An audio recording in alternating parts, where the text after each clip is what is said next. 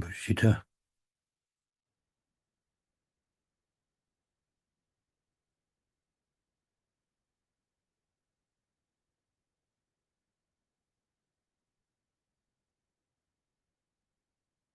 Sangye cheta soye chonam chanjum bando tani yazuchi dagi jinzo yebe sonange dola penche sangye drupara sho.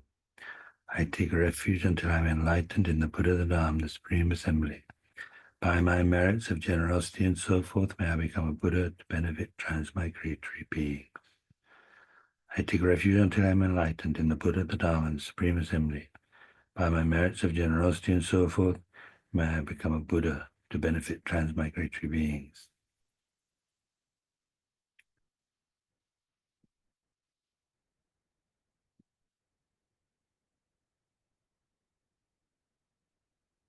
So let's spend a few minutes thinking about Bodhicitta. We see from the teaching in this text that somehow compassion is the key, the reason to achieve enlightenment being because you find the suffering of the mother sentient beings unbearable.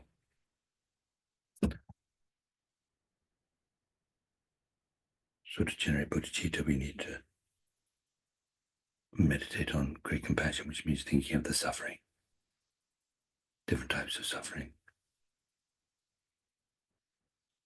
You might already have heard that compassion isn't just for those who are in pain, sick, afraid, hungry, thirsty, and so on. They say that your compassion has become quite a bit deeper when you feel compassion for those who are in good health, young, wealthy, looking quite happy.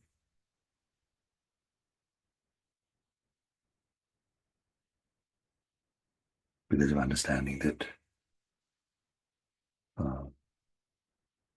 they're still not free.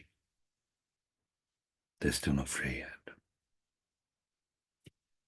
Their present situation, like ours, won't last forever. It's going to change, all depending upon karma.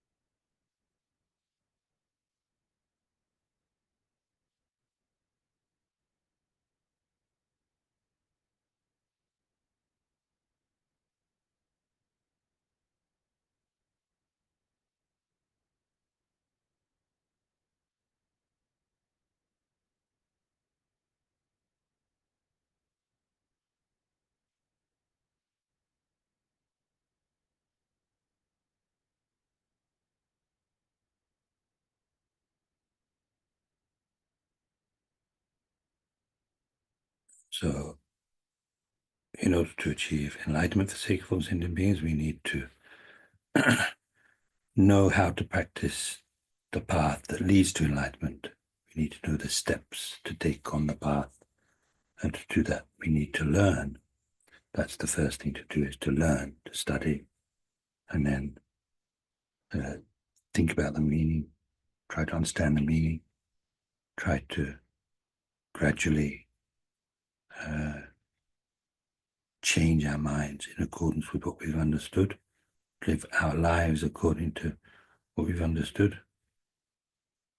And in this way, gradually, then that way we achieve enlightenment. And that's why we are studying this text, the Middle Length Lamrim of Lama Tsongkhapa. And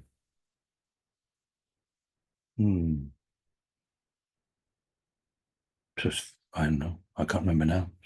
I think we started it a couple of years ago. This might be the third year. And anyway, so where we are, having gone through this stages of the path in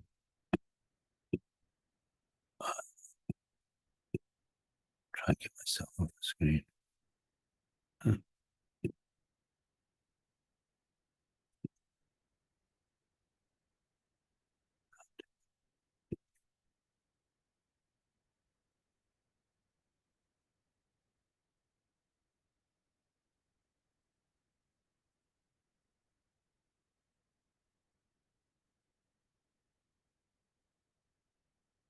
Right. So anyway, yeah, we've reached all of the meditations for the person of great scope, the one who wants to achieve enlightenment as all sentient beings. So anyway, so the great scope meditations, and for that, starting off really with Bodhicitta, so we looked at that a bit already, and now the part of the text we're on, if you've got the same page number as me, page 196.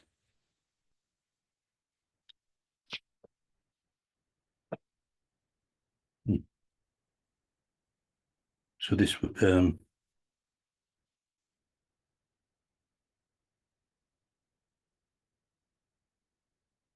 I don't know, I seem to be on the wrong page. No problem. Anyway, the English is straightforward. Where we are is on page 197.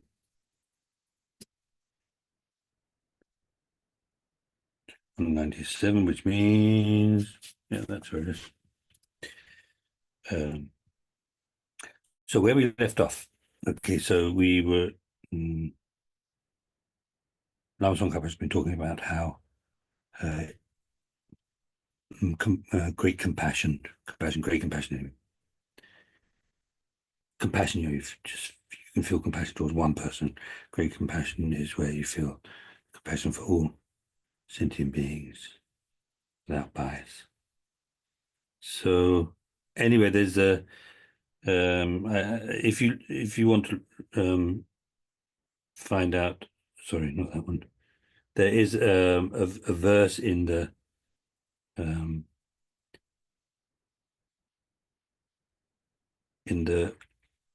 Madhyamaggavatara, and in that Chandakirti talks about the qualities of great compassion. I guess I should have made a note of the page number, but anyway, it's towards the beginning.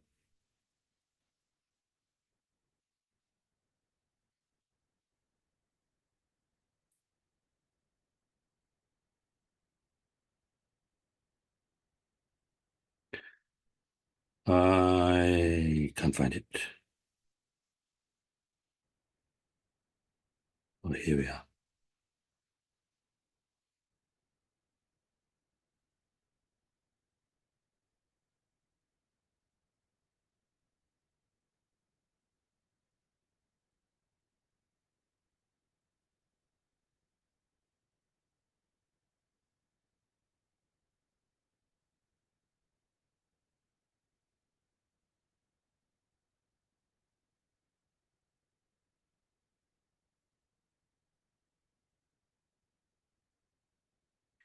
Yeah, well, anyway, I don't know.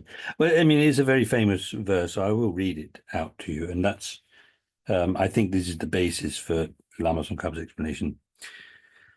So this is the second verse, actually, in the Madhyamaka engaging in the middle way, entering the middle way. As compassion alone is accepted to be the seed of the perfect harvest of Buddhahood. So that's talking about how compassion is important at the beginning. Remember, because here it's been talking about how, in this text, it's been talking about how compassion is important at the beginning and the middle and the end.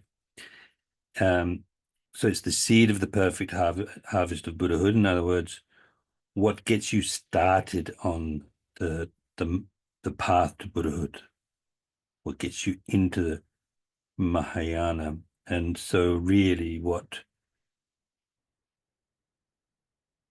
it's like, great. So you have great compassion means you find this suffering of sentient beings unbearable. And not just that, but you take responsibility, right? So once you've taken responsibility, then what do you do? I mean, in the text, it's very straightforward. It says, so, you would recognize, well, I have taken responsibility. I am going to do it, but actually, I can't at the moment anyway. I can't. So you look around and to see who is able to do that, and you see the enlightened beings are allowed to do that. So then you decide, okay, I have to achieve enlightenment. So that's the Bodhicitta for the sake of all sentient beings.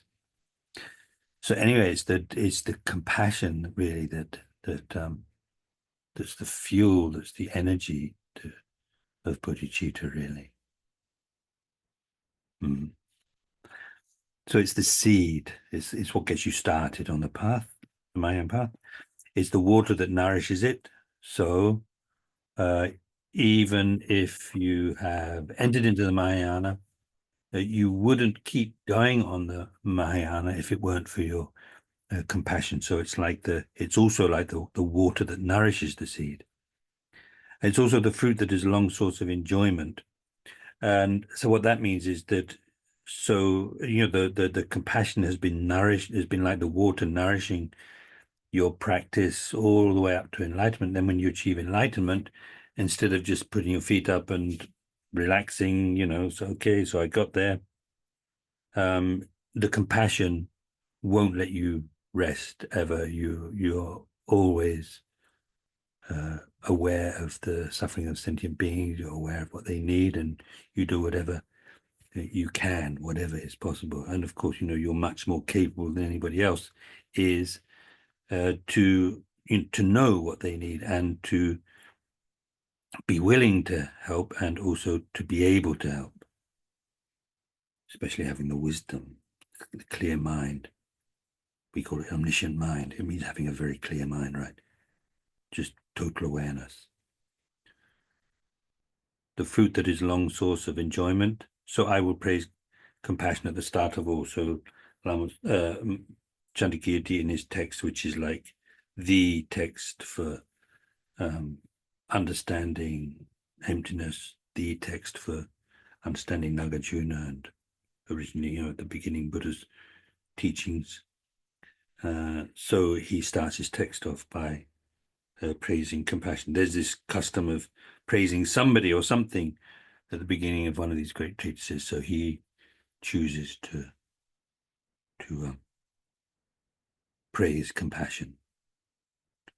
Okay. So we went through the two parts that talk about how it's important at the beginning and in the middle. And then where we are is on, as I think I mentioned already, page 196. Actually, didn't do the middle yet. Just over halfway down there, it says, so this is the second point, the importance of compassion in the middle. So, although you enter the Mahayana when a mind like this has arisen once,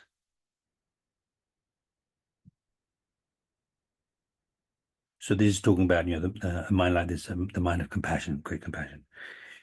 So having the great compassion, that would get you to enter into the Mahayana. When you see the great number of sentient beings and all of the bad actions of the sentient beings, all the bad things that they do. And so then he says the great difficulty, boundlessness, and limitless time required of the trainings. In other words, when you see that what you what you have to train yourself in on the path, the Bodhisattva path, is something which is very difficult to do, and it's just like limitless. I mean, difficult to do. You can is something that when you start looking at the six perfections, the practice of six perfections, because once you've generated bodhicitta, then what you have to do to get enlightened is practice the six perfections. So I think in particular, when you look at Chandrakirti's explanation of of generosity, the Bodhisattva's practice of generosity and morality, patience.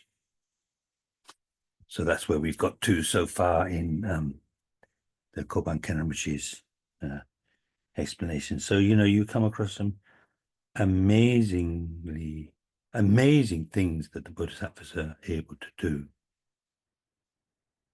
And I know that I've definitely, I don't know if I've felt it so much myself, but I've met people who say that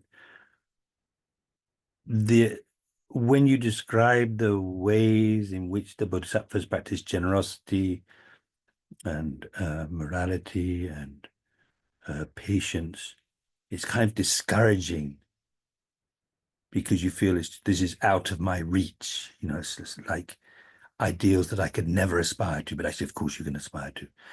And one thing that's really amazing to recognize is that, for example, when talking about the practice of generosity of the Bodhisattva on the first ground, the first level, first of the 10 levels that the Bodhisattva goes through, and once they have the direct insight into ultimate reality, the ultimate way of being of things. It says that for that Bodhisattva, just hearing the sound of a beggar at their door just fills them with a kind of joy and bliss, which is far greater than the experience of joy and bliss in the mind of an arhat who's got to the end of their the path, the Hinayana path, and is completely beyond psychic existence, which is already kind of pretty unimaginable. So, and so then Chandrakirti makes the point that if that's what it feels like just hearing somebody at the door, then imagine how boundless the bliss and the joy and so forth that they're going to feel when they actually get to give things away to whatever the sentient being is asking for. And at that level, you're even able to give away parts of your body without even experiencing any pain. If with again, like with a joyful mind, and this all comes from getting into the habit, which is I find kind of mind blowing. In other words, we now start practicing generosity according to our level, and then building it up and building up and building up, just making a habit of it, partly by, and then the joy that, by doing what you're able to do, then the joy that comes into the mind by thinking about, this is the path that I'm going on, that I'm traveling on. So then it's a sort of, as I know people say psychological, blah, blah, blah, but I mean, this is a kind of like, there's some kind of psychology to this, which is that you're associating the action of giving with joy. So each time you're giving, you're feeling joyful, and so the joy is getting stronger, and the ability to give is going to get stronger as well. So from building up the habit. It sounds so mundane when you just say just building up a habit, but that's all there is really. Just getting into the habit, getting into good habits. And then, morality, I don't know, but like the thing that I remember is not even breaking your vows in your sleep. Isn't that amazing? And also one thing which is kind of a bit funny, Bodhisattva on that level, when they're alone, they don't talk to themselves. They don't talk to themselves because talking to yourself is pointless. So they don't do it. Can you imagine that? I always talk to myself if I'm alone. Sometimes swearing. I'm sure everybody does that. Anyway, so yeah, and then as for the Bodhisattva on the third ground, their practice of patience. I mean, there's this one verse. I won't go looking for it because, of course, it'll take forever. But anyway, towards the beginning of the chapter, it talks about such a Bodhisattva, the Bodhisattva at that level. So even though they've done nothing to harm anybody, I mean, past lives karma and that, who knows? But I mean, they've done nothing to deserve it. Otherwise, somebody comes along and starts, like just torturing them, basically torturing them by cutting the skin off and the flesh from their bones and cutting through the bones, little bit by little bit. Okay, not killing them all at once, but just a very, very slowly killing them, slowly taking bits off, pausing, taking another bit off. And anyway, he's describing quite awful torture. Such a Buddhist, that Bodhisattva wouldn't get angry with the person even for a second. And in fact, by thinking about the suffering that person is going to experience as a result of what they're doing to that Bodhisattva, they feel like this surge of compassion. I mean, of course, they feel compassion for all sentient beings all the time, but for somebody who's harming them, then they feel such a strong sense of compassion, finding that it's unbearable that they're going to have to experience that sometime in the future, and all sorts of things. Anyway, and this also is because of building up their habit. And I think actually for us, mainly this comes from the mind training, the Lojong teachings, mind training, because the mind training teachings, like within those teachings, there's this recognition that I don't know if it's like just the kind of life that we're leading. I don't know if it's always like this in every human world, but anyway, we have just so many obstacles and so many difficulties and so many problems. I mean, just getting old and sickness and so on. I mean, without all the other things that happen to us, that if you don't have a way to deal with it, if you don't have a way to deal with that suffering, then it becomes an obstacle. It just stops you from practicing. You just get angry. You get angry. You destroy so much virtue. That's one thing that Shantideva and Chandrakirti both go into. The amount of I mean, you might have been working for eons on the path, practicing for eons on the path, doing all kinds of amazing things to accumulate merit, and all of that would be burnt up with just one moment of anger. It's amazing. So anyway, so but if you have the mind training teachings, which do very much rely upon an understanding of karma, so that, when things happen to you, you don't feel like, why me, and who does this person think they are? It's like, well, this is happening to me because I created the karma. It's not possible for anything like this to happen to me if I don't create the karma in the first place. So it's just right. It's not something unreasonable. It's actually something quite reasonable. And not only that, but by not getting angry, then all I'm doing is just using up karma, using up bad karma. So how good is that kind of thing, I mean, of course, to really practice the lojong is quite difficult, but the ideas are pretty reasonable, I think. So anyway, yeah. So getting into the habit of dealing with problems and difficulties, practicing patience, in other words, then the ability to practice patience is going to get um, deeper and deeper, stronger and stronger. It's kind of unimaginable, but yeah. So what's unacceptable about it? What's unimaginable about it? It's just like it's all a question of having a limited view of how much we're capable of. So we all have Buddha nature. Every one of us, our mind is something which is like, you could say, inherently pure, clouded over by all kinds of mental afflictions and preconceptions and misconceptions and so on at the moment, but none of that is really part of the mind. It's just like clouds in the sky. And the clouds are there, it looks so fixed, but of course it's not. We know it's not. The clouds come and go. So anyway, now I can't remember what I was saying all that. So yeah, bad actions. So this is all about how the practice is very difficult. Boundless, I don't know, but I suppose that just means that,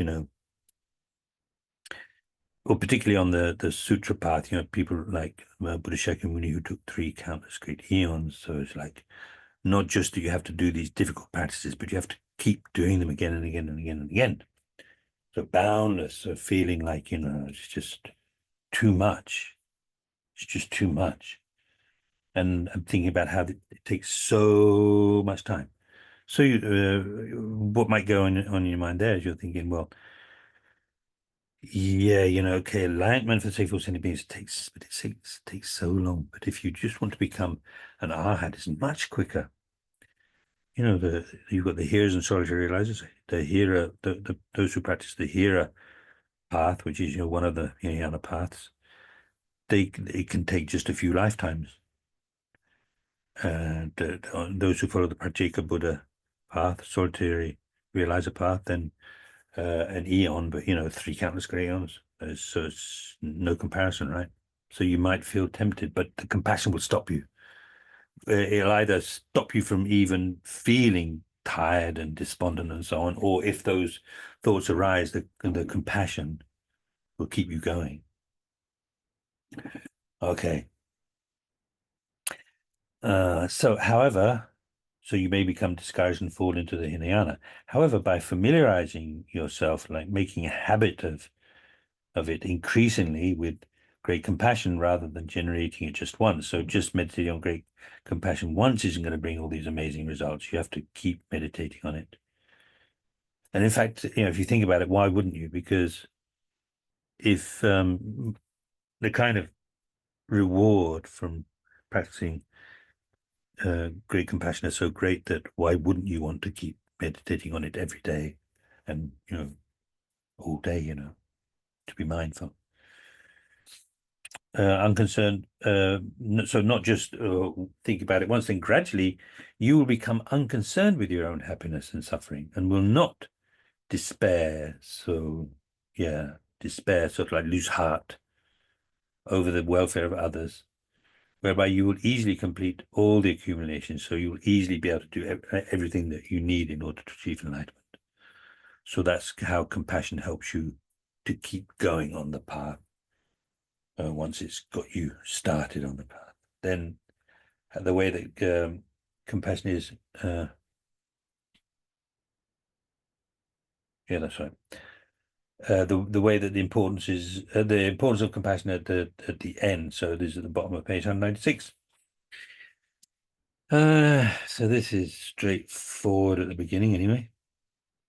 Even when the Buddhas have achieved their result, they do not dwell in peace like the Hinayanists, but bring about the welfare of however many sentient beings there are throughout space.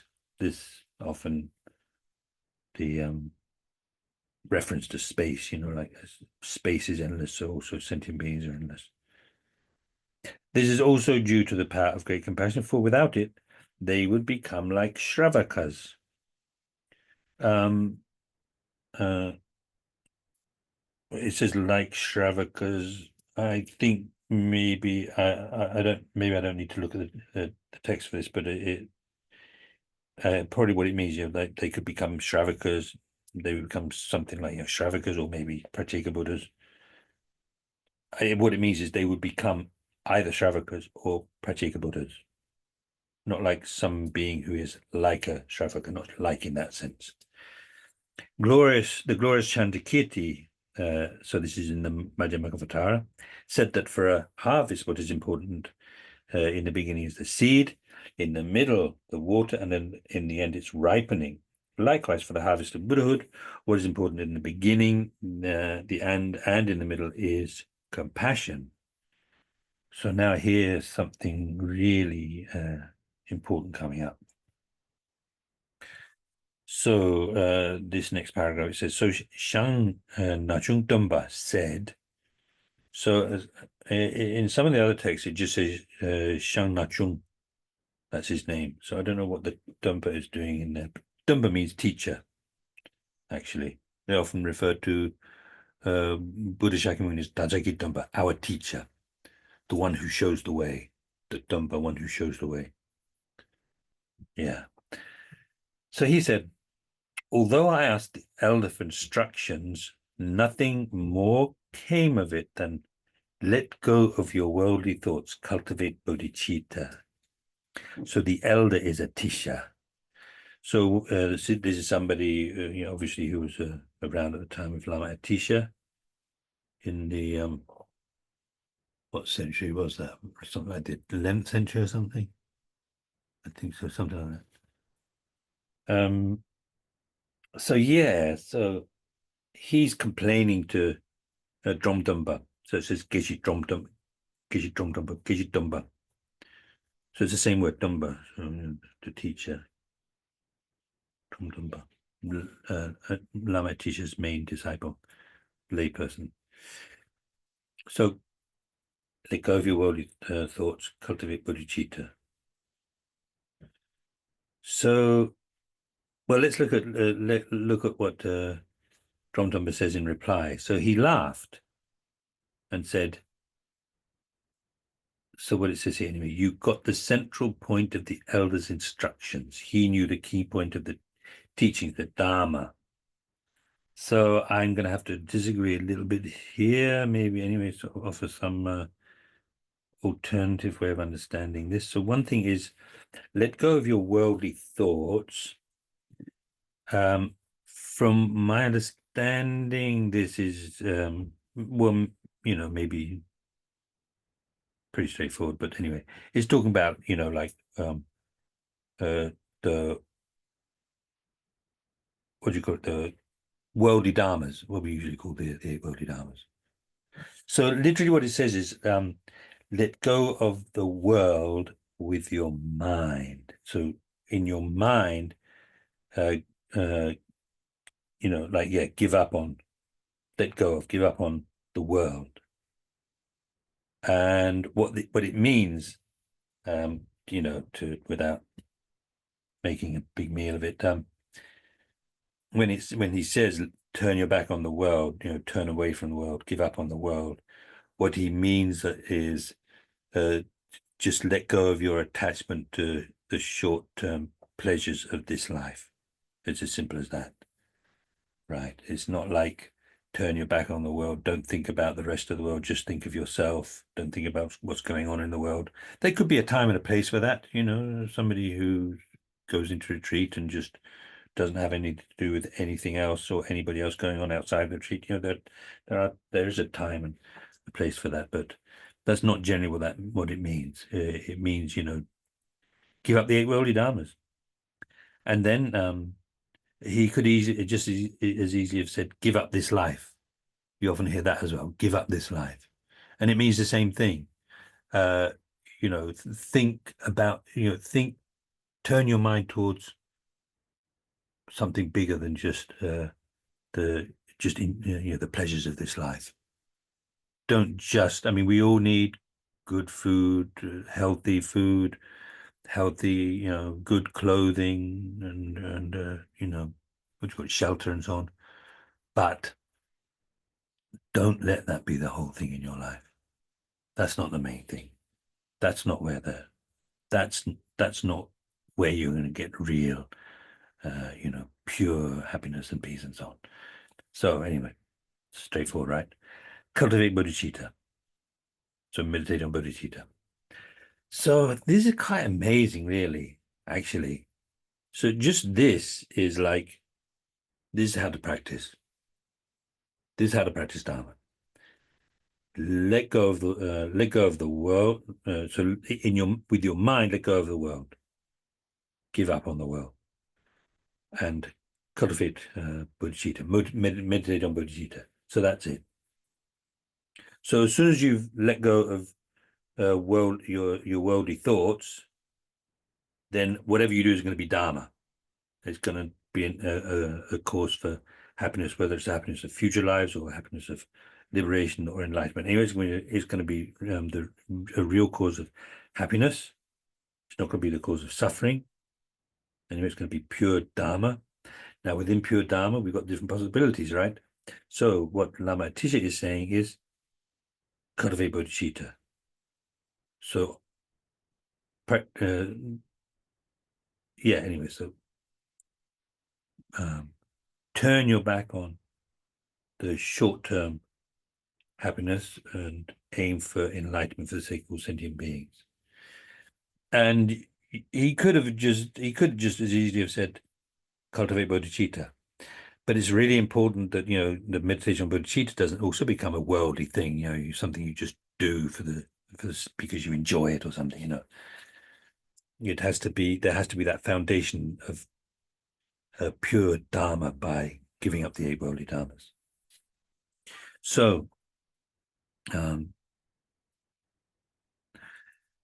then what so when Dromtrompa laughed, what he said was,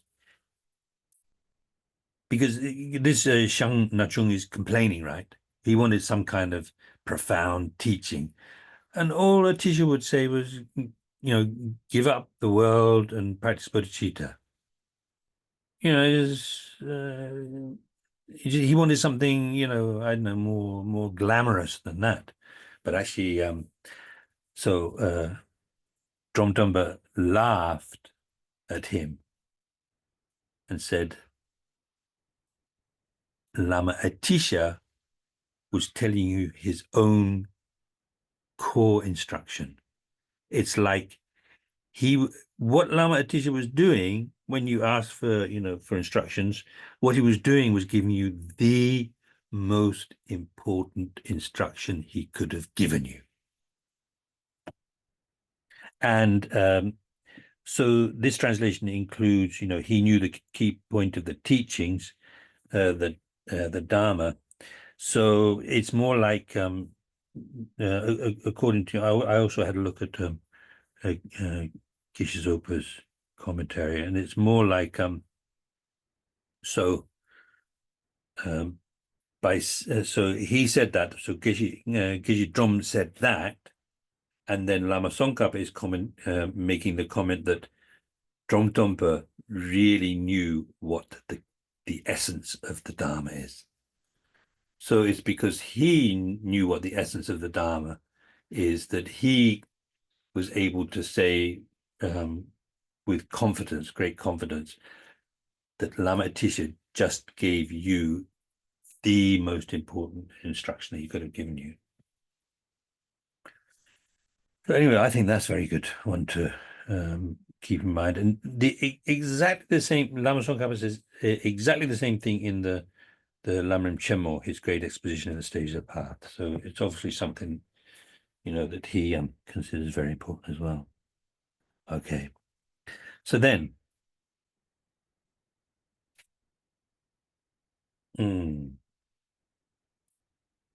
so I think maybe I think this is really important, and I think so. This would be a good point to stop for just a couple of minutes and think about that. So here, talking about the importance of compassion at the end is sort of like not so much exactly explicitly talking about great compassion and how it's important at the end, but it still seems to be very it's still very like related to what he's been explaining. So anyway, let's think about that for a couple of minutes.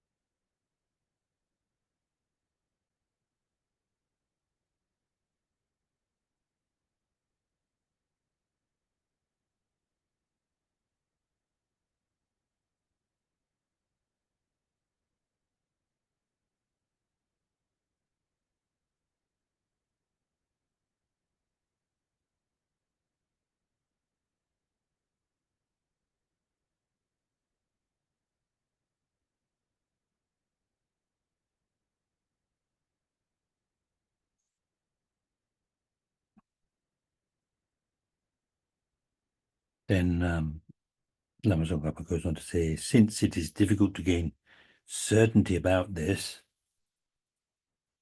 you must gather the accumulations and purify again and again. So create merit.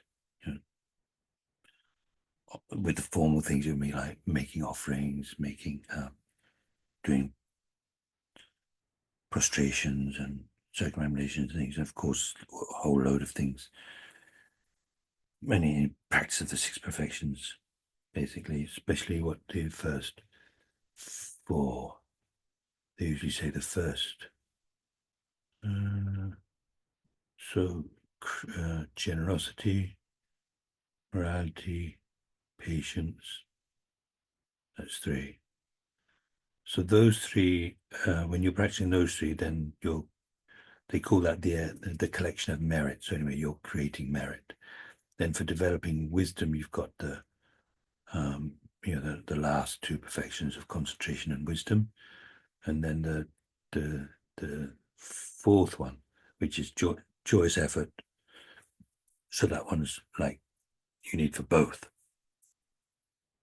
And so in other words, create merit and purify again and again. Study the scriptures such as the marvelous Array Sutra, which has been mentioned before. So what this, I think it was the Kandavya Sutra, which is interesting because I've never even seen that text. I've never heard of anybody in our tradition teaching it. So maybe one of you can be the first. Well, you probably won't be the actual first, but anyway, maybe you can beat me to it. That won't be too difficult. So anyway, but I mean, so it's a study the scriptures such as the Marvelous Array Sutra, as well as their commentaries, and seek firm certainty. So anyway, I don't know about that. I mean, generally speaking, studying the Madhyamakvatara and the Shantideva, the Lamrim teachings, these all would be the kind of thing to study the scriptures to study. And it's interesting actually because it's difficult to gain certainty about this. So you sort of feel like you listen to this and you think to yourself, yeah, that makes sense. So I wonder why he's saying it's so difficult to gain certainty about it. Maybe we've already got the merit and done enough purification so that we get it. But I also wonder whether it means really getting it. Like, so when you see this, you're thinking, wow, yeah, really, that is so true. That's really the heart practice. Let go of your worldly thoughts, cultivate bodhicitta. What more could you ask for than that as a sort of like pith instruction? So, like that real deep sense of, yes, this is really, that was really good what he said, really good, that kind of thing. Not just, oh yeah, that makes sense. So then, as well as their commentaries, and seek firm certainty. It is, as the glorious Ashvaghosha says. So Ashvaghosha, the one who started off as a Hindu master, and then I can't remember, he's supposed to have debated. He debated somebody, and then he lost the debate, and so then he was shut up in a library. So he was a scholar, so he didn't mind that too much. So he was sort of like locked up imprisoned in a library, and he started reading the books there, and he came across a book that predicted him, Buddhist book that predicted him. So that must have been quite cool. But anyway, he read and he read, and he decided actually what the Buddha taught was quite right, and became a Buddhist. Became a great Buddhist master. I think he's the one that wrote the 50 verses on the Guru as well. So anyway, so Ashvaghosha talking about the Buddha, he says, your mind, heroic one, is precious. I'm going to give you an alternative translation that I found in Geshe-Zopa. So your mind, heroic one, is precious, the seed of complete enlightenment. Only you know it as the essence. Other beings do not guess that. So anyway, I mean, what it seems to be saying, and I think this is probably what it is actually saying, the main point, so it's praising the Buddha for understanding just how important bodhicitta is, and nobody else really gets it just like you do. So in the Geshe-Zopa commentary, it says, your mind is precious. Where are we? Anyway, your mind is precious. It is the seed of complete enlightenment. You are the only hero who realizes it is the essence. Or that could be, only you, O hero, Only you, O heroic one, understand that it is the essence. Other beings just understand it partially. So this word that's translated partially as partially can, strangely enough, also mean to guess at. So I think that makes a bit more sense. So anyway, the heroic one, why refer to the Buddha as a hero is because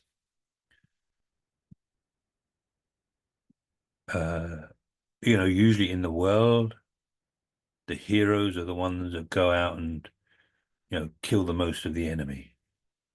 Well, actually, it should be somebody brave, right? But anyway, they go out cutting down the enemy with their sword or their gun or whatever. Oh, a real hero. Well, anyway, if you watch the Indian movies, the hero, there's always a hero, right? And the hero is the one that goes and like beats everybody up, beats all the bad guys up. So anyway, the one who kills the external enemy, according to Shantideva, he has one verse on this. Killing the external enemy is like killing a corpse, because your external enemy is going to die anyway. So you're killing somebody who's going to die anyway. But the real hero is the one who kills the inner enemy of the mental afflictions, because they're never going to die. They're never going to just disappear, except by, practicing the antidote. So that's the sort of like the sword, the gun, the tank, or whatever that destroys the inner enemy of the mental afflictions. So that's why he's a hero. But I still don't really quite get this. So if we look at this translation, your mind, Heragon. Okay, so Buddha, your mind is precious, and it is the seed of complete enlightenment. So what could that mean? I mean, okay, in a way, your mind is the seed of complete enlightenment. Others, I mean, it's not that, it can't be the seed of your own enlightenment, can it? That doesn't make sense. So it could mean that. But anyway, it seems that the main point, and connecting it back to what's just gone before, is you're the one that really understands just how important bodhicitta is, and others can't even guess that, or can only understand it partially. Okay, so seed of complete enlightenment, whether that's talking about bodhicitta or compassion, I'm not sure. It could be either, couldn't it? So praising the Buddha for being the only one that has the full understanding of just how important this bodhicitta and compassion are, just like, Atisha being such an incredible master. He was already pretty amazing before he went off to Sumatra, Indonesia, to meet with Lama Selingpa. Then after spending, what was it, 12 years with him, I think it was. 12 years with him to get his instructions on bodhicitta. And I guess he left once he'd really got it. So, something like that, when they say, let go of worldly thoughts, cultivate bodhicitta, and that's the pith instruction, it really is the pith instruction. Anyway, let's keep going. So now it says the way the other causes and effects become causes and effects of that compassion. So you've got two things. You've got the way that the four of, so you've got this the 7-step meditation for generating bodhicitta, right? So recognizing all sentient beings as one's mother, then thinking of the kindness, then repaying the kindness, then heartwarming love, then the fifth one, great compassion, then the special attitude, and bodhicitta, the seventh one. Okay, so the way 4 of the 7 instructions, which is the first 4, understanding as mothers. So this is like a literal translation of Lama Tsongkhapa, who is referring to some of these things in a very sort of like abbreviated way. So understanding as mothers, in other words, recognizing all sentient beings are one's mother. To love. So it's interesting, quite interesting, that he calls the 4th one love. He doesn't use the term what you call it, heartwarming love or anything like that. But when you go through his explanation, you can see that that's what he's talking about. And yeah, okay. So those first 4 are the causes, and then you've got the great compassion, which is its effect, the effect of those 4, and then the effects of a great compassion are the last 2, which are the extraordinary attitude and bodhicitta. So that's what he's talking about. He's going to explain here. So first of all, the way the 4 are the causes of great compassion. So if you reflect again and again on the suffering of a sentient being, this is all pretty straightforward, hardly needs any explanation, just sort of like read through it without tiring too much and just, thinking a bit as we're going along. If you reflect again and again on the suffering of a sentient being, this will generally, so not necessarily all the time, generally give rise to the mere wish that that sentient being be free of suffering.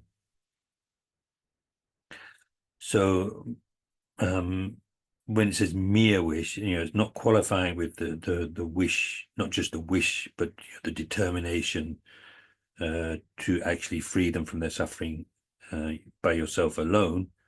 Just having wish for that, seeing the suffering and thinking and like wishing that they didn't have to suffer.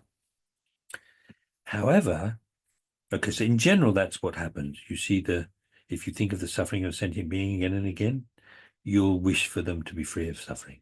However, for this mind to arise easily and for it to arise very strongly and with great stability, its object, the object of your compassion, the being, the person that who's suffering you're thinking about, must be a sentient being who has the aspect of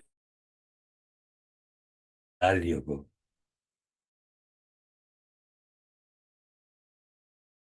Like this one, so yon.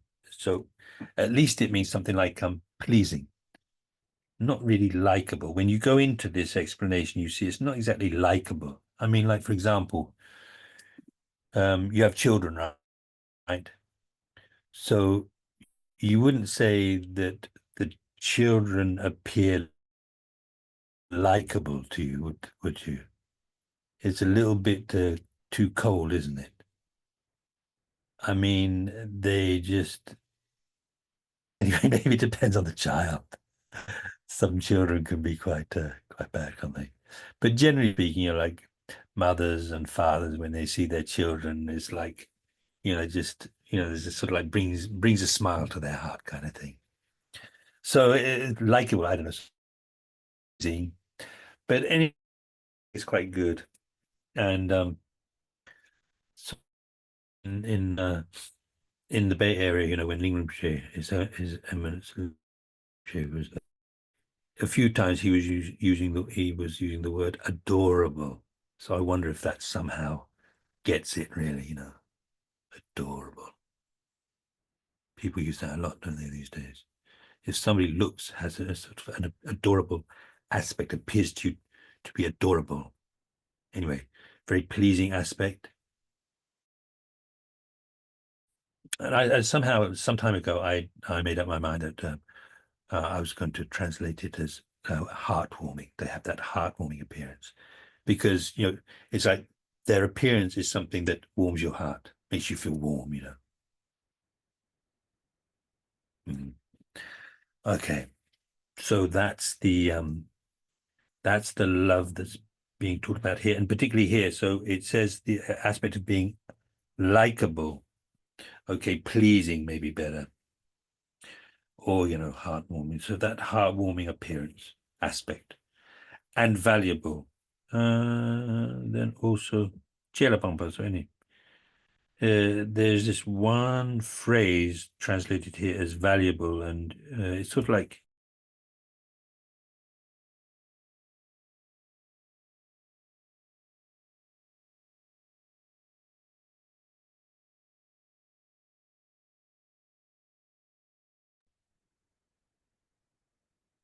Did Steve just drop off? I thought it was just my computer acting funny. I'll text him. I've had that problem too for a while. There we oh, go. okay. So I don't know what Sorry, happened there. you got kicked off. I know. Oh, I got kicked off. Well, What now does that? you went away for sure. Okay. Well, I know either I get kicked off or something happened with our connection. I don't know what that was. So I don't know how far I got. I looked up and suddenly there was nobody there. Okay, so I think more or less. So I was talking about the heartwarming. So anyway, so it has the aspect of being likable and valuable. So valuable, I don't know. Also, I find a bit strange, but it's to do with the fact that you feel compassion. You feel much more compassion towards somebody that appears very pleasing to you. Has that? I don't know. Yeah. I mean, like for example, there are people in our lives, and when you see them, it sort of like brings this sort of like warmth and light into your mind, and you just feel maybe a little bit like with little children, where you look and you think, like that. So it's a bit like that. So everybody appearing in the aspect of So then what do you when you see that this little kid, I mean, maybe if it's screaming, that's one thing, but just I don't know, sick. The child is sick. Then how do you feel? It's like, oh, that's just you really feel like, if only I could do something. I'd love to do something. And you might even start thinking, I wish I could have the illness in their place, because I've got the tools to deal with suffering, but this child doesn't have that kind of tool. They just have to suffer. So it's talking about that anyway. It's very simple, really. Okay, so for this mind to arise easily and for it to arise strongly and to be stable, the object has to be a sentient being who has that kind of appearance to you. It's to do with how they appear to you, right? So when someone close to us meets with suffering, we cannot bear it. When our enemies meet with suffering, we enjoy it. I mean, it's true. We might well be quite happy when, somebody who really feels an enemy, is difficult to stop that. You like it. You really feel like they deserve it. Serves them right. When someone who is neither a friend nor an enemy, so somebody who's neither helped you, so you feel close to them, hasn't harmed you, so that you feel like in that distance from them. When that such a person meets with suffering, mainly a neglectful equanimity arises. So this is not. He does use the word dangyong, which does mean equanimity, but it's not the equanimity like we want, as we're going to be doing this later. The kind of equanimity that you meditate on as a basis for these seven steps. Okay, it's not that equanimity. It's to do with just feeling neutral. It's to do with you hear about their suffering, you think, oh my goodness, that's terrible, and you don't think, oh, that's great, serves them right. You just don't really feel anything one way or the other. So that's the so yawado, just don't really care one way or the other. I guess a bit like so what. So in this regard, since our mind finds the first ones are likable, the more we cherish them, since our mind finds the first ones are likable, the more we cherish them, the more their suffering becomes unbearable to us, and the more compassion arises for them. So that's he's making the point, like those people whose suffering you find unbearable, you want to do something about, you wish they didn't have to experience it. If you look, you'll see that generally how they appear to you is in that kind of like very warm way. So that's the key. You want every sentient being to appear to you in that way. So this 7-part instruction is to be able to do that. If we cherish them a little or moderately, our inability to bear their suffering will also be relatively small. So you get the idea. A little bit, if you cherish the person a little bit, then you're going to want them to be free of suffering a little bit. If a bit more than that, then you want to be free of suffering more than that. If you feel really strong sense of cherishing towards them, caring for them, then you're going to find their suffering totally unbearable. But if we cherish someone very much, we find it unbearable when that person meets with only minor suffering even. When we see our enemies suffering, not only does the wish that they may be free from it fail to arise, but also the thought occurs to us, may their suffering increase and may they not be free from it. So that is our reaction to someone we find unlikable. What that means is, so that not it's that our reaction, I don't know, but that is because of the fact that they don't have that pleasing appearance to us. If they did, we would care about them, about their suffering. So it's because they don't have that pleasing appearance as a sort of foundation that we don't really feel care about their suffering, or maybe we want it to get worse.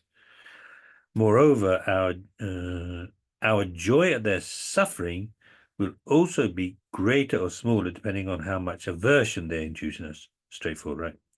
With respect to the suffering of those who are neither friend nor enemy, we find it neither unbearable nor enjoyable. So that's our reaction when someone is neither likable nor unlikable. So they don't. Again, that's the reason. It's not so much reaction. It's just like something that's going to happen automatically. It's not like there's a gap. It's that the person doesn't particularly appear to you to be pleasing, nor do they particularly appear to you to be displeasing. And because of that, you don't really care whether they suffer or whether they're happy. Given this is so, meditating on sentient beings as our relatives, you don't know, relatives or friends, anyway, somebody close to you.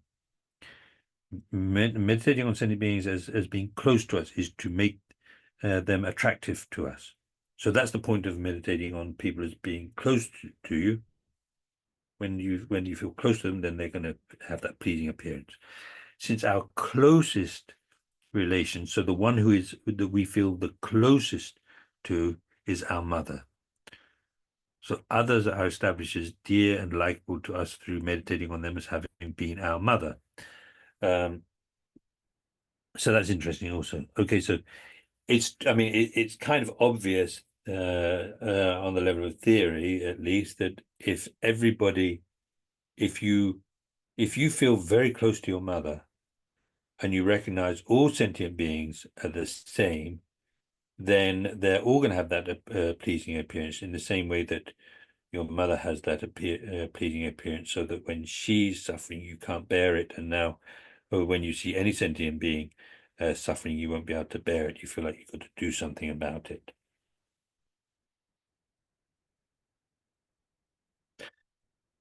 So now here it says, meditating on them as having been our mother.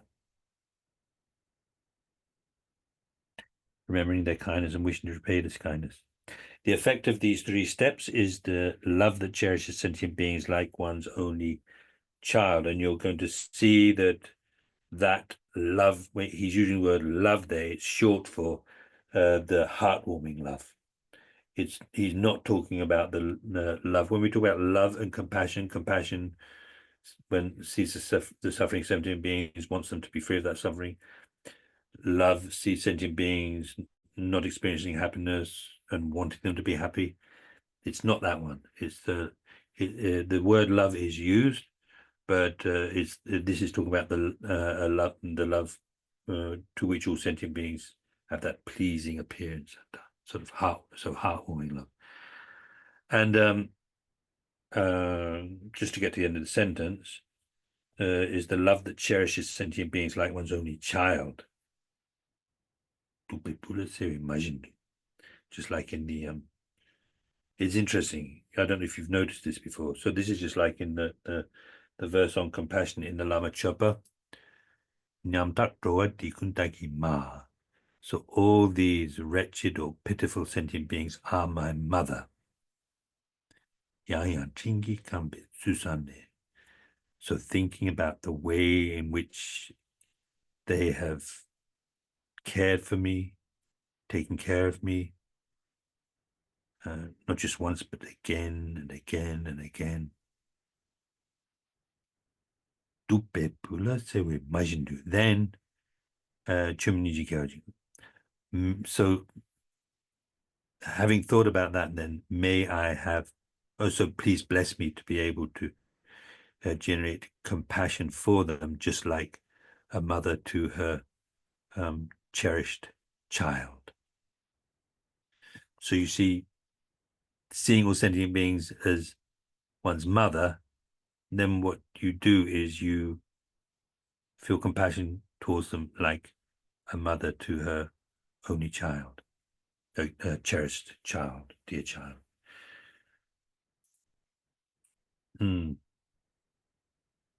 So that's what this is also saying. So I just wanted to say something about what it says there, having been our mother. See in the verse in the Lama Chöpa, these pitiful sentient beings, these wretched, suffering sentient beings are my mother. So the thing is, some people say all sentient beings have been my mother countless times, infinite times. Some people say all sentient beings are my mother. So which do you think it is? All sentient beings are my mother, or all sentient beings have been my mother? Think about it for a moment.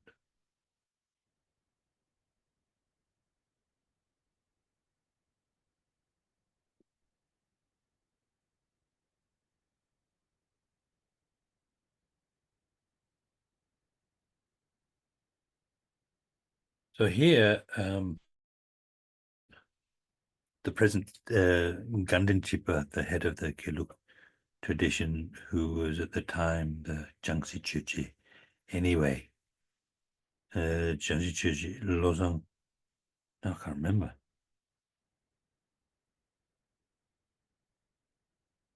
I can't remember his name. I've known him for years. I can't remember his name now.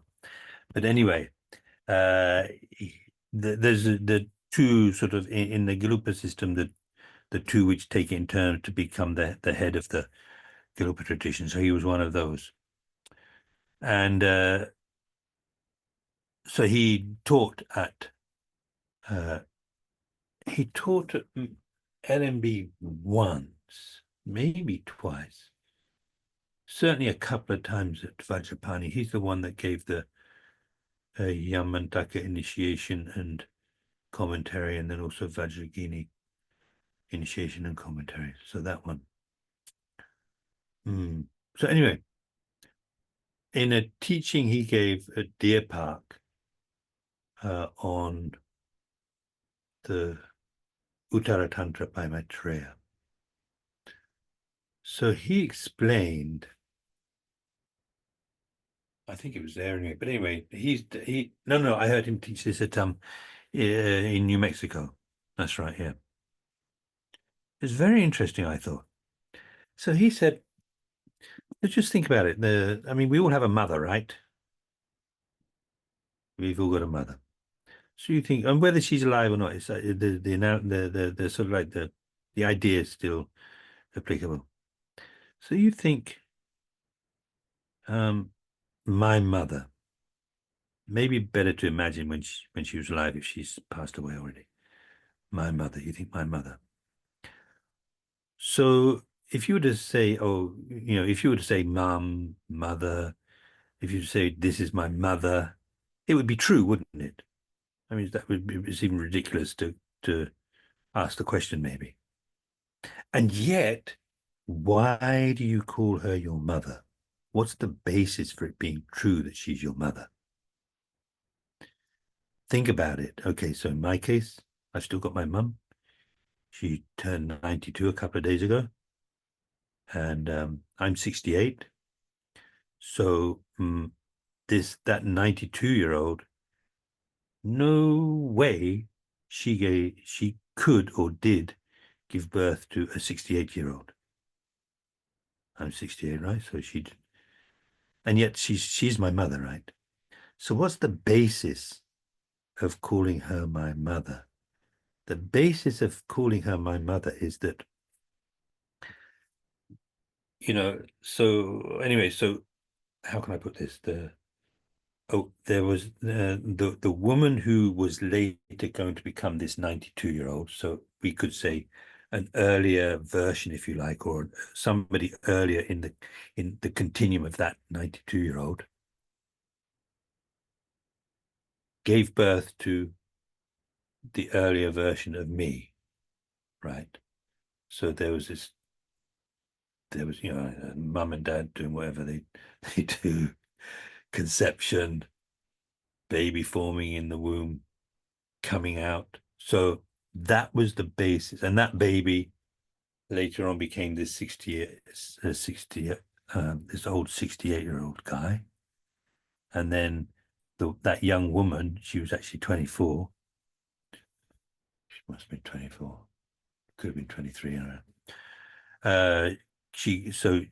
She later become this 92-year-old woman. So she's my mum is based upon that earlier person of me, of her, version of her, which is not her, right? That earlier version is no longer alive, right? Went a long time ago. Because if she's still there, then where is she? So, you've got my moment changed, then gradually, you've got that somewhere later on in the stream, or somewhere later on in that continuum is that 92-year-old. So do you get my point? Right? She's my mother is based upon that earlier person giving birth to this the earlier person that I was. And it's the same with anybody that you've ever been, who's ever been your mother in any life. So, for example, I shouldn't point my finger because it's rude, right? But anyway, I could point my finger at anybody on this screen and say, you're my mother because so many years or whoever or whatever it was, could be lifetimes, could be millions of years ago, you that was going to gradually become what you are now gave birth to that child, which, obviously grew up, died, whatever happened, could have been last life. I don't know, so you, exactly the same way. I wouldn't say of my present mother, she used to be my mother. I wouldn't say that, would I? For somebody to be my mother, they don't have to be the exact one that gave birth to me, because previously she gave birth to the earlier version of me. She's my mother. And so in exactly the same way, each one of you gave birth to me in that earlier version. So it's exactly the same.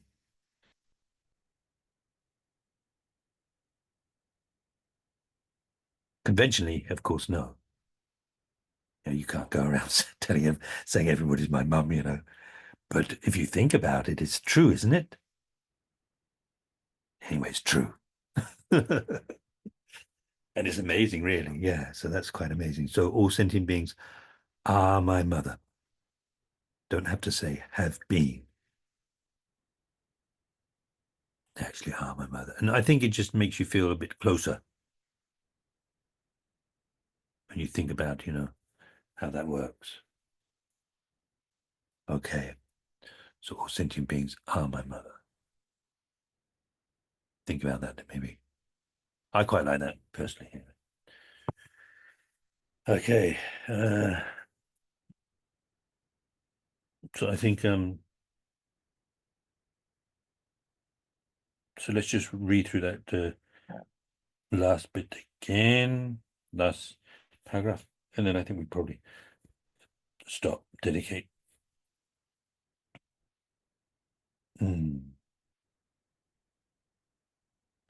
So given this is so, that there is that difference according to the how they appear to you, pleasing or not pleasing or what. Given this is so, meditating on sentient beings as our relatives is to make them attractive to us. In other words, pleasing.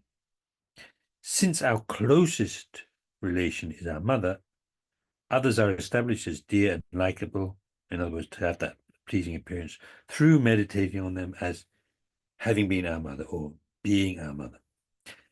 Then, once you've recognized that they're your mother, thinking about their kindness, remembering their kindness, more like thinking about. Jinten, the word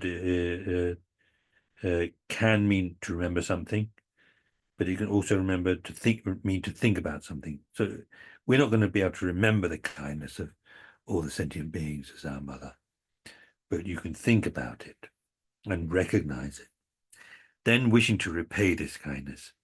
So the effect of these steps is the love that cherishes sentient beings like one's only child. So that kind of heartwarming love. And then they produce compassion. So those three together, builds up. They produce compassion. With respect to compassion and the love that... So this is a really important point.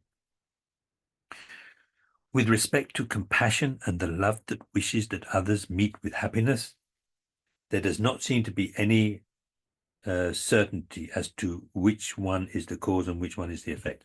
So my teacher again, Tejok, I can't remember what I've heard Lama Rinpoche say about this, but several times. Anyway, very clearly, my teacher again, Tejok, has said it's absolutely clear from Lama Tsongkhapa saying that love and compassion don't seem to have a fixed order, that therefore the love in the seven, in this list of seven, is not the love wanting all sentient beings to be happy. So Lama Tsongkhapa himself is making a distinction between the love that he's just been talking about, the love that cherishes sentient beings like one's own child, and he's been talking about that, the idea of an aspect. He's drawing a distinction between that and the love that wishes that others meet with happiness. So, as I said, we normally say compassion is the mind that wants sentient beings to be free of suffering. Loving kindness is the or love, anyway, he calls it love here. Loving kindness is the one that wants sentient beings to be happy, right? So here he's saying there's no fixed order. There doesn't seem to be a fixed order. If there's no fixed order, then you can't have those two as separate steps in the seven, because then there would be a fixed order. Because with cause and effect, the order is fixed. You have the cause followed by the result. You never get the result followed by the cause. There's a fixed order of these seven. So he's saying love wanting sentient beings to be happy, and compassion wanting to be free of suffering. There's no fixed order. So what that means is that the love, which is in these seven steps, the one that comes before the great compassion, is not the love wanting sentient beings to be happy. It's a mind to which sentient beings appear in a very pleasing way. So the word love is used I mean, you know, we use love in all sorts of different ways in our normal language, don't we? And so even though he uses the word love, the heartwarming love is something distinct from the love that wants sentient beings to be happy. And the way my teacher used to explain it was the aura is unfixed, which means that after meditating to the point where you have this heartwarming love, then if you think about the suffering of sentient beings, then of those two, loving kindness, compassion, the first one you'll develop is the compassion.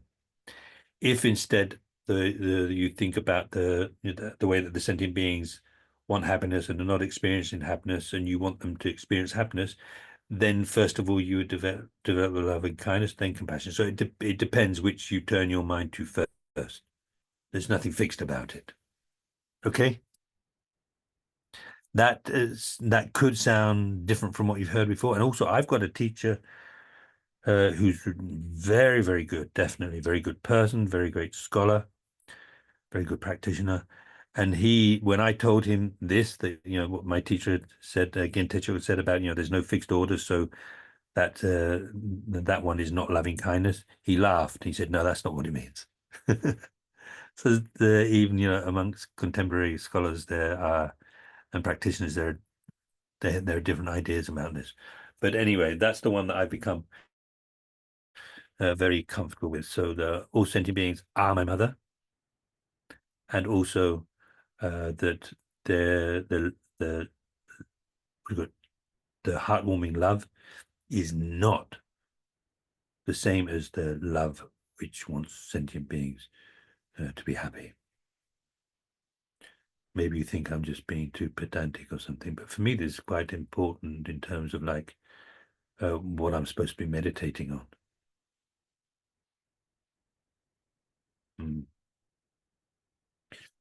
So just finish off this couple of sentences. These meditations on sentient beings as our relatives have been explained by the Master Chandrakirti. I don't know where. I don't know which text that would be. And also the Venerable Chandra Gomind. Yeah, so probably, yeah. But I don't know exactly what text that he's talking about, so maybe I'll try and look that up if I remember. I'll put a circle around. And the Master Kamalashila. So that's likely because his 3 texts on which are all called, you know, the stages of meditation, Bhavanakrama. So those talk about the whole of the path. So that's probably exactly in those that you need to look. Okay, so let's stop there, please. And people don't usually have questions, so maybe we can just finish off with the dedication. Right. Janju Senchorimbo Chemage Panam Gyuji Gyaba Nyamba Meba Yikane Gandu Pamajo. Keep going, please. Yeah. Incomparably kind and supreme Tenzin Gyatso, the wish-granting, wish-fulfilling jewel, source of every single benefit and happiness in this world. May you have a long life and all your holy wishes be spontaneously fulfilled. I fully dedicate all these virtues to be able to train just like the hero Manjushri, who knows reality, and just like Samanthabhadra as well. I fully dedicate all my roots of virtue with the dedication praised as the best by all the gone beyond victorious ones of the 3 times in order to have good conduct. Due to this virtue, may I quickly become a Guru Buddha and lead all transmigratory beings without exception to that state. Just keep going. as long as any sentient being has not been liberated from samsara, may I abide in samsara to help them, even though I achieve highest enlightenment. By merely seeing, hearing, thinking about, or remembering me, as well as by touching me or talking to me, may all suffering instantly be pacified, and may there be happiness forever. Peerless teacher and assembly of the children of the victorious ones, Shravakas and Prachika Buddhas, victorious Losang, father and sons, along with the lineage masters, all the objects of refuge of infinite lands, please bestow the virtue and goodness of accomplishing this prayer here and now. Holding and spreading the Muni's precious and complete teachings through explanation and practice, you ward the armor of patience that is never discouraged. Incomparable Venerable Guru, to you I make request.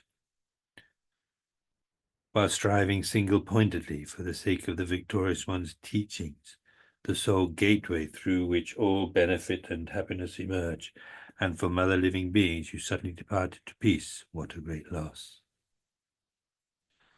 Nevertheless, through the undeceiving truth of the blessings of the ocean of the three jewels and the great waves of Bodhicitta of the children of the victorious ones, may the smile of reincarnation swiftly beam in glory for fortunate disciples. Okay, thanks everybody. And I think see you next week. Okay. Bye. Thank you. Thank I you, had a Venerable. Stay suggestion safe. for a word. Somebody want to say something? Genoa, yeah? Yeah, Venerable Steve, I had a suggestion for that word about you. You were looking at trying to like equanimity, but it's not kind of, it's the neutrality. Yeah. I think it's the word indifference. I think Yeah, it's, yes, that's exactly it. Yeah. yeah. Yeah. Thank you. Yeah. Thank you. Okay. Bye everyone. Thank you.